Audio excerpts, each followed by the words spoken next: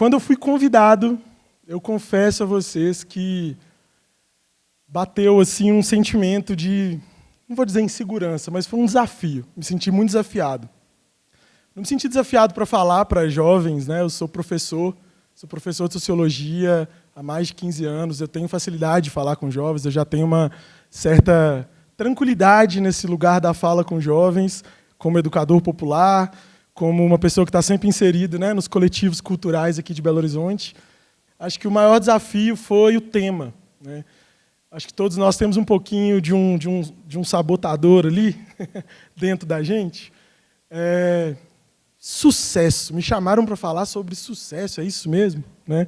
Fiquei pensando, falei, é isso mesmo, Marcelo, está certo. E sim, está certo. Foi muito legal a naturalidade com que a pessoa que me convidou para estar aqui hoje olhou para mim sorrindo e falou, sim, justo você, né, nosso professor de sociologia que está aqui nos ensinando todos os dias a desconstruir uma série de coisas, né, vai lançar uma dessa, como se fosse assim, né?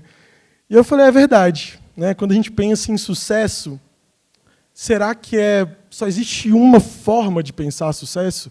Será que o sucesso é necessariamente um só, né? Essa concepção, essa noção de sucesso, ela é única? E fiquei mais tranquilo. Um pouquinho depois, ela ainda sorrindo, ainda me olhando, falou assim, fala de você, fala da sua trajetória, fala da sua vida, fala do que você sabe falar.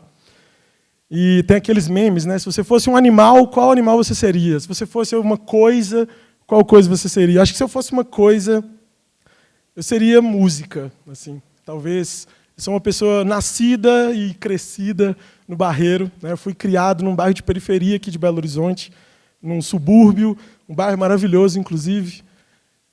E eu acho que talvez uma das coisas que eu atribuiria, principal motivo de eu sair daquele bairro para experienciar outros lugares da cidade, que é um fator muito importante, né, para um jovem ampliar sua visão sobre o mundo, sobre a realidade, talvez foi a música. A música talvez é a coisa que eu seria se eu escolhesse, né, o que ser, talvez lá na resposta do meme, né, da enquete do Instagram, enfim. É por isso que eu coloco ali tocar a vida como uma jam session. Eu vou contar para vocês o que é uma jam session e eu vou tentar convidar vocês a, quando refletir sobre o perigo de uma concepção única de sucesso, porque talvez tocar a vida como uma jam session pode ser uma boa saída, né? Essa moça incrível que vocês estão vendo aí, o nome dela é Chimamanda, ela foi o primeiro TED que eu assisti na minha vida e ele continua sendo meu preferido. Quem ainda não assistiu, se tiver oportunidade, eu recomendo. E o título do TED dela é justamente o perigo de uma história única. Ela é uma pensadora, uma escritora nigeriana, que ela vai trazendo uma série de reflexões sobre a história única, né? E o que seria essa história única? O que seria essa única forma de enxergar o mundo, de enxergar as pessoas, as culturas? E ela vai trazendo um pouco dessa concepção do estereótipo, da colonialidade, que marca o nosso olhar, né? Essa lente que está entre, né, o que a gente, os nossos olhos e o que a gente está vendo, muitas vezes tem uma camada ali que ela vai chamar de colonialidade, e ela nos convida a pensar sobre isso de uma forma muito interessante. E ela vai falar justamente sobre o problema dos estereótipos. Não necessariamente que eles são falsos. Muitas vezes eles são, mas nem sempre. O problema, às vezes, é que eles são incompletos. E eu estou convidando vocês hoje a pensar sobre isso também. Essa visão de sucesso que nos é apresentada comumente pela sociedade, pelo senso comum, ou até mesmo pela lógica pela qual nós estamos vivendo aí, tudo bem, é sucesso. Mas não é a única forma de pensar sucesso. E no sorrisinho daquela pessoa que me convidou para falar aqui, eu falei, é sobre isso que eu vou falar, né? O sucesso não necessariamente é o mesmo para todos, e até importante que ele não seja o mesmo para todos, né? Esse é o momento da aula, estou vendo alguns alunos aqui que eu perguntaria assim, o que é sucesso para vocês? E eu iria lá anotar no quadro algumas coisas que eles iam falar. Mas como hoje já me falaram que eu não posso fazer isso, fiquei um pouco triste, mas tudo bem. Pensa aí, o que é sucesso, né? O que se considera sucesso na nossa sociedade? É um cargo? É muito dinheiro? Sei lá, conquistar um bem material? Legal, é sucesso, né?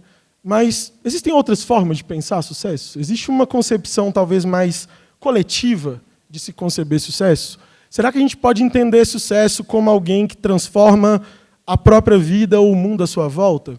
Né? Como a gente conseguiria alcançar um sucesso sob uma outra perspectiva? Né? Então, por isso eu convido a pensar que se existe o perigo de uma história única, que é o que a Chimamanda propõe, eu convido vocês a pensar, né, quais seriam os perigos, né, os problemas de uma concepção única de sucesso. Deixei um trechinho assim, de um vídeo baixinho, só para vocês ouvirem o que é uma jam session. Né? Eu trouxe um exemplo do jazz, eu vou construir toda a minha fala em cima do jazz, da música jazz, eu acho que todo mundo conhece. Eu sei que não é lá a coisa mais jovem de todas, para vocês que são jovens aqui, mas eu não poderia deixar de, né, abordar essa temática sem trazer a musicalidade do jazz. Mas uma jam session é basicamente quando músicos se reúnem para improvisar, para tocar junto, né, é o feeling que todo mundo fala, né? É a pessoa que vai ali sem nenhum tipo de ensaio prévio, sem nenhum combinado, baseado numa concepção toda ali de liberdade coletiva, de conexão, esses músicos vão improvisar. E muito do que eu vou falar aqui hoje tem a ver com improviso, né? É uma pena que não dá para a gente assistir muito tempo do vídeo aqui, mas é incrível quando a gente começa a observar, quando cada instrumento vai entrando, como cada um vai trazendo sua técnica, seu olhar, seu sentimento ali a partir da música e construindo uma coisa impressionante, né? Quem gosta de jazz, ou, sei lá, qualquer outro tipo de música que trabalha com essa lógica da improvisação, sabe o tanto que é importante. Para saber improvisar, a gente tem que saber tocar muito bem. É muito difícil, né, pensar uma improvisação, uma jam session, que flua muito bem, que toque nosso coração, que faça com que a gente sinta aquela coisa boa que é quando a música soa muito bem, sem que os músicos toquem bem. Então, o primeiro convite que eu faço para vocês hoje para pensar é improvisar. O que eu tenho que saber? O que eu tenho que ter? O que eu preciso me preparar? O quanto eu preciso, né, me preparar para improvisar? Então, eu usei o jazz, né, como talvez a viradinha ali de chave, né, para convidar vocês a pensar a minha trajetória. Então, eu vou tentar construir um pouquinho da minha trajetória e a minha proposta para vocês em cima do jazz. Por que eu escolhi o jazz? Porque o jazz ele surge entre as comunidades negras marginalizadas dos Estados Unidos. O jazz é uma expressão da cultura juvenil, né, daquele contexto. E, sim, é uma concepção musical muito livre, mas que nasce num contexto de opressão. Né? Isso é muito interessante. E trouxe dois elementos ali, que é uma musicalidade afrodiaspórica, né? Então ela tem origem justamente em toda essa construção dos escravizados, as pessoas escravizadas que utilizavam da música muitas vezes para poder ter o seu momento ali de libertação, de liberdade, de conexão entre seus pares, né? De até mesmo não trabalho, né? Não trabalho forçado, obrigatório. E também por se tratar de tecnologias sonoras de liberdade. Eu estou usando esse conceito, que é um conceito, inclusive, abordado por sociólogos mesmo. Né? O que seria uma tecnologia sonora de liberdade? Né? Então, pensar como que a criação coletiva, como que, mesmo em contextos de opressão, em contextos de violência, em contextos de diversas complexidades, como os contextos que nós vivemos hoje na nossa sociedade, existe, impressionantemente, formas das mais diversas, mais criativas e mais interessantes de se viver livremente, mas geralmente elas são coletivas. Então, estou chamando a atenção um pouquinho para convidar vocês a pensar sobre o sucesso na perspectiva da coletividade, necessariamente. Beleza? Então, coloquei ali em cima, né, um trechinho daqui, está um pouquinho difícil de ler, mas está falando sobre, para improvisar, né, eu já tinha abordado isso um pouco, não é fazer qualquer coisa. Você acha que o improviso é chegar lá e... Não. O improviso ele exige até mais. Uma pessoa que se prepara, que ensaia, que faz ali aquela coisa muito detalhada, talvez ela é até mais fácil do que uma pessoa que vai improvisar. Ela tem que ter muita técnica, ela tem que ter muito preparo, muito estudo. Né? Então, esse sucesso que eu estou convidando vocês a pensar, que vai passar pelo improviso, ele não necessariamente é um sucesso avacalhado, é um sucesso que segue um fluxo, segue uma onda. Não, pelo contrário, né? Ele exige muito mais desse sujeito, dessa pessoa que quer improvisar, né? Então, eu peguei um trecho, uma citação do Charlie Parker, que é um grande jazzista, assim, famosíssimo, né? Vocês podem. Então, você precisa aprender o seu instrumento. Depois, você precisa praticar muito. Depois, você vai subir no palco, esquecer tudo isso e tocar com a alma. Eu gosto muito, porque eu acho que eu me baseei nisso aí durante quase toda a minha vida. Minha vida ela nunca foi uma sucessão de aleatoriedades, mas o improviso sempre esteve muito presente na minha vida. Talvez por condições sociais, talvez por condições, enfim, outras, das mais diversas que eu pude passar na minha vida ali, como uma pessoa, né, de uma classe social não privilegiada, enfim, mas querendo chegar. Eu já tinha alguns sonhos, eu já tinha alguns desejos, e eu acabei descobrindo que improvisar foi uma coisa que funcionou muito bem para mim. Eu acho que se hoje eu cheguei onde eu cheguei, muito disso se dá ao preparo, mas muito disso se dá também à possibilidade de improvisar. Tem uma fotinha ali de um DJ da época dos clubes de jazz, né, na década, talvez, de 70, e tem ali do lado uma foto do DJ Mapu. Meu nome é Léo, né, o pessoal divulgou Léo Freitas, alguns me chamam de Léo Caldeira, mas tem também o Mapu, né, meu nome artístico como DJ.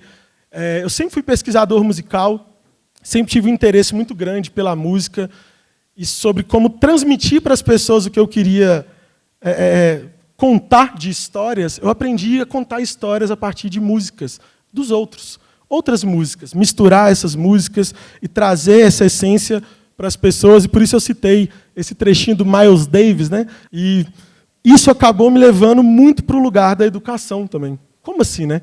Como o lugar de ser gestor de vibes, ser uma pessoa que quer ensinar para o outro, quer passar para o outro aquilo que pesquisa, aquilo que tem, aquilo que traz, te levou para a educação. Tem umas fotinhas aí também especiais para mim, né, de momentos muito especiais da minha trajetória como educador. Eu tinha um sonho de ser educador.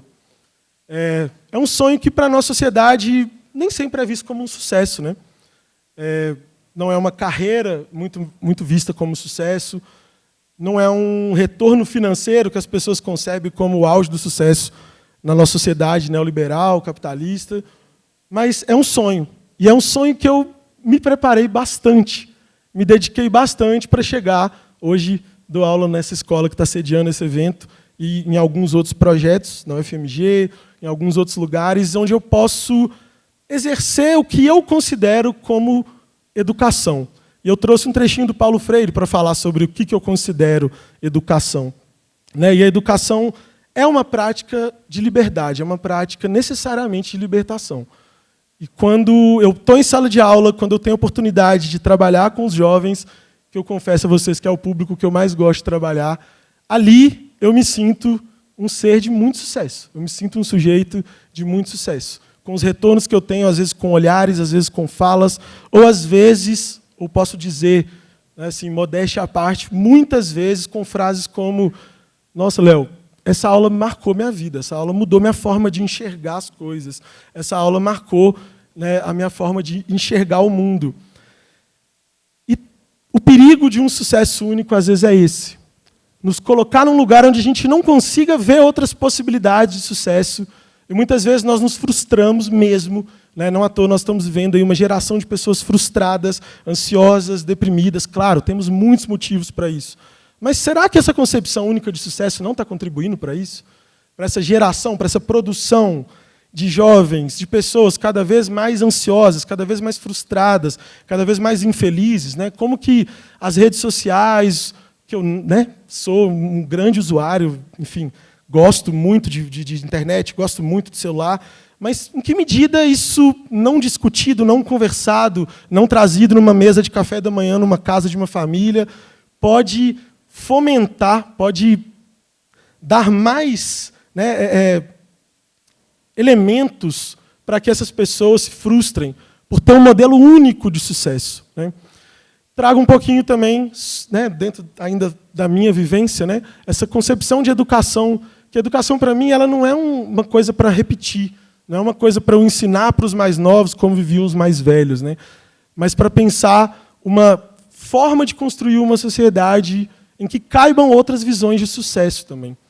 Eu tenho uma ideia, né, junto com outros pensadores e sociólogos e antropólogos, de que o sucesso, a concepção de sucesso que a gente tem hoje é uma concepção colonizada, né? Então, para ir já caminhando para o final, né, eu venho trazer essa noção do projeto de vida, porque, para mim, falar de uma outra noção de sucesso é falar de uma outra noção também de projeto de vida, né, de construção de futuro, de campo de possibilidades. E essa frase do Paulo Freire é muito boa para pensar. Gosto de ser gente porque, inacabado, sei que sou um ser condicionado, mas consciente do inacabamento, sei que posso ir além dele. Essa é a diferença entre ser condicionado e ser determinado.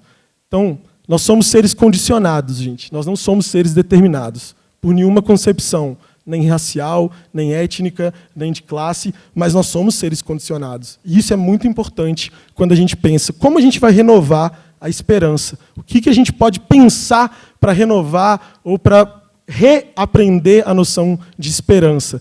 Eu convido a gente a pensar a esperança aqui como um verbo, esperançar. Não esperar ficar, né, a coisa ali, deixar ela acontecer. Não, esperançar é ir além, é atitude, é ir atrás do que a gente quer, deseja, acredita, mesmo se for uma concepção muito diferente de sucesso que nos é apresentada ao longo da história, né? Então, para ir caminhando para o final, acabei de ver aqui que meu tempo está meio curto, vou deixar uma reflexão trazendo de volta ali por que o jazz, por que o improviso e por que romper uma visão muito única de sucesso pode ser essencial, fundamental para a gente renovar a esperança de muitos, né? Se o jazz nasceu onde corpos resistiram, é porque o improviso exige preparo, liberdade e exige considerar o coletivo. Sucesso para nós não é um solo virtuoso. É aquele músico que vai chegar ali e fazer tudo sozinho. Não. Sucesso para mim, né, para nós que trazemos essa concepção, é uma banda inteira soando bem. Então, vamos pensar no sucesso nesse lugar, nessa banda inteira, tocando e soando muito bem, renovando não só a esperança de um ser, de um indivíduo, né, mas de toda uma sociedade, uma coletividade. Muito obrigado, espero que tenha ficado alguma coisinha boa aí no coração, na mente de vocês. E seguimos aqui com outros palestrantes maravilhosos. Obrigado, gente.